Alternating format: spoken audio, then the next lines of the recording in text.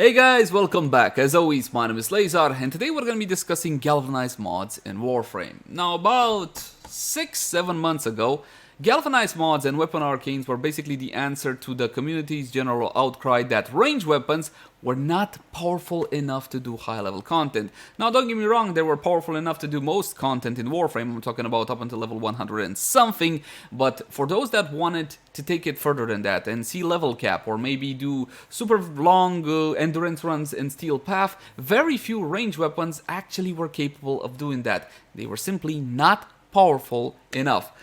Melee weapons, on the other hand, all you had to do is spam one button and you would clear house with most melee weapons, and don't worry about it, you can still do that today. Now, because of that general outcry, a couple of things happened. First of all, melee got a slight nerf. It was only slight, it wasn't a huge deal no matter what anybody tells you.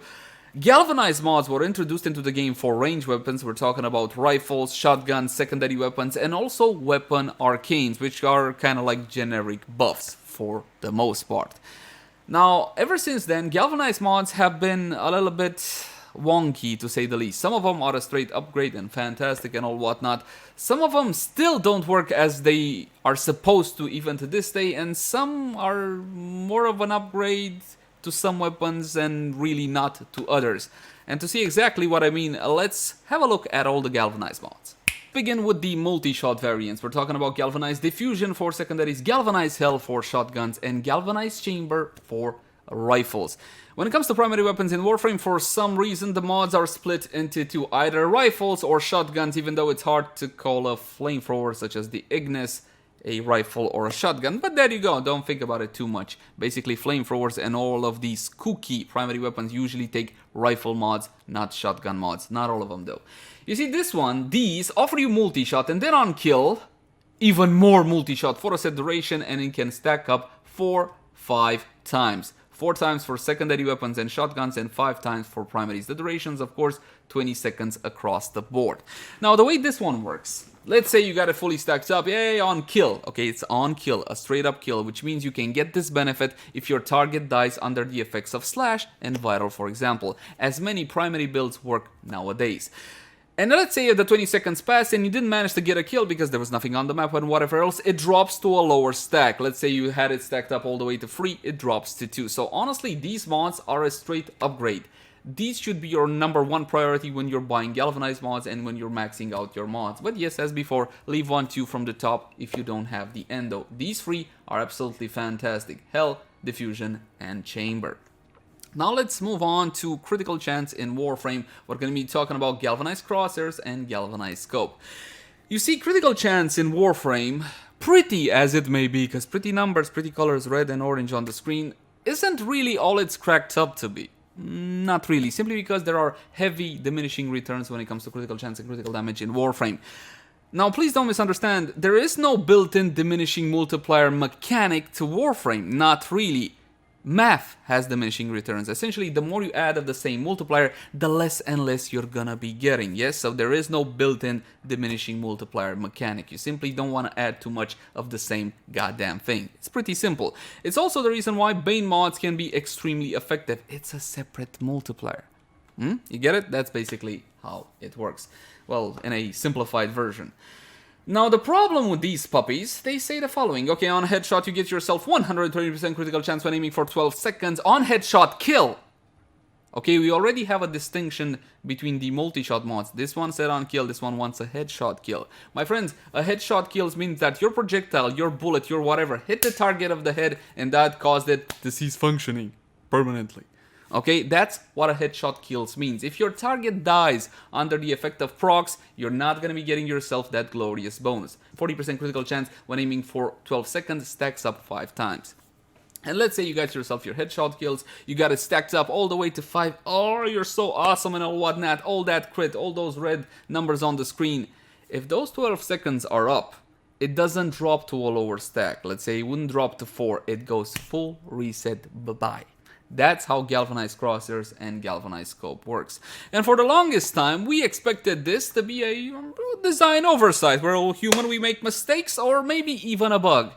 It's not a design oversight, it's not a bug, it's the way these mods are supposed to work. So many times, I actually still encourage the use of the normal version, well, in case of scope at the very least. On headshot you get a little bit more, on this one 135 instead of the 120, and you don't have the stacking portion anymore. It's just annoying the way it works. Now don't get me wrong, there are weapons that are gonna make great use out of galvanized scope, and at the end of the day, pretty numbers on the screen, yay mama please. Did you know there are an infinite number of crit tiers in Warframe? You didn't know? Look at the cards right now for a full and detailed explanation on how critical chance and critical multipliers apply in Warframe. It's a bit more kooky than you might think. Now back to galvanized mods. I left the strangest for last, and it's not strange because it's pretty clear what it should do. It's strange in the way that they apply. We're gonna be talking about status chance and damage. You got yourself your galvanized savvy, galvanized shot, and galvanized aptitude, again for rifle, shotguns, and secondary weapons. Now this one offers you status chance, and on kill, again on kill, no headshot kill or anything of the sort, is going to offer you even more direct damage, stacks up a couple of times. Now these mods successfully replace, for the most part, flat damage mods such as Serration when it comes to high level content. I'm talking about level 150 and over, because at that point you don't need any more flat damage. You should be focusing on other multipliers, definitely. The thing with these, they don't apply always the way they're supposed to. The bonus you see on these mods are supposed to be additive bonuses. On some weapons, they seem to be applying weirdly, either multiplicative or in some other fashion that doesn't line up with the numbers. There are still a few bugs surrounding these mods. Initially, we thought they were gonna apply to explosive weapons as well, AoE weapons as well. To some, they did even apply to a certain amount, and to some they didn't at all. DE came out and clarified that they don't want these mods to work with AoE weapons, simply because that would make AoE weapons too powerful, boo-hoo, and all of that shit. Anyway, so the point of it is, don't use them with explosive weapons. They can only really get that benefit to direct damage. What is direct damage? Well, let's take the Exceltra for example. The Exceltra's projectiles have two damage instances. One, the projectile making physical contact with a target, and 2, the explosion. The direct damage is the projectile hitting the target, which accounts for about 35% of the Exceltra's projectile total damage and 65% to the explosion. The explosion doesn't get the benefit from, well, in this case would be galvanized aptitude for rifles, but it does get the benefit on the projectile hitting the target. So there you go. It's a bit of a give and take there. So again, don't be so quick to replace your flat damage mods on certain weapons. And of course, you still have that status chance on kill. It's still kooky, it still applies on certain weapons the way it shouldn't, and the damage numbers that this mod seemed to be generating oftentimes, or at least a couple of times in my testings, did not correlate to what actually happened to the target. In Warframe, you also got visual bugs, yes? So for example, your weapon can say it dealt 50 million quadrillion damage, yay! But the target ain't dead. And it's only a level 60. Gunner, how did that happen? So you also got these visual bugs to take into account. Hopefully they will check how the galvanized mods work. One good example would be the latest bow, the Natarok bow. Galvanized aptitude is generating a lot more damage than it should. Either that, or it's another bug or a visual thing that I am not aware of. So do bear that one in mind. You love the Natarok? You don't know how to build it? I'm glad you asked. Look at the cards right now for a full and detailed guide on it.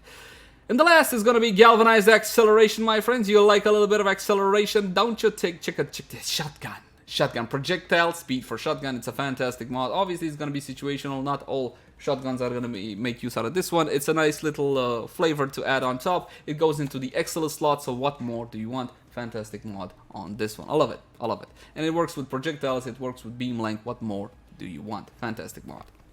And I do believe, my friends, that is pretty much it.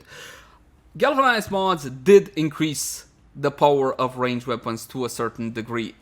I'm just not sure this is the kind of buff we were looking for. Don't get me wrong, I'm not complaining, but I was hoping for a bit more. And when I say a bit more, I mean what we got with the last weapons added to Warframe. I'm talking about that secondary weapon for the Drifter, and I'm talking about that pistol for the Drifter and the Natarok. Those kinds of mechanics, skill-based or certain skill-ish based mechanics that would increase the power of ranged weapons. I'm not sure if the developer wants to do something like that or not, considering there is a Warframe mobile on the way, and when you're dealing with a mobile platform with a touchscreen, skill-based mechanics may not be exactly compatible with that kind of control scheme, so there is that to bear in mind. But for Galvanized mods, that's pretty much it for now. Thank you guys so much for watching. Like, favorite, share, and subscribe if you enjoy the content. And if you got any feedback for me, I'd love to read it in the comment section down below. I'll catch you guys in the next one. Bye!